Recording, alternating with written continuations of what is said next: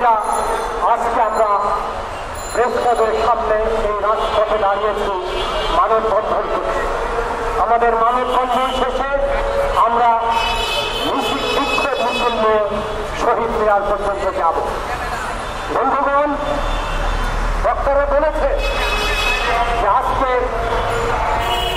ভারতে মোদী সরকারের উস্কানিতে আমাদের দূতাবাসের মধ্যে হামলা হচ্ছে, আমাদের জাতীয় পতাকাকে আগুন দেওয়া হচ্ছে, ভাঙচুর করা হচ্ছে। কেন হচ্ছে? তারা একটা উস্কানি তৈরি করেছে।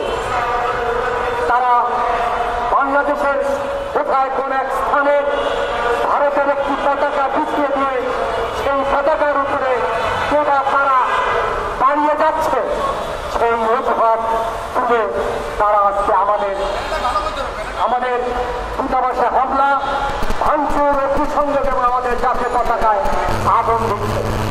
বন্ধুগণ, আমার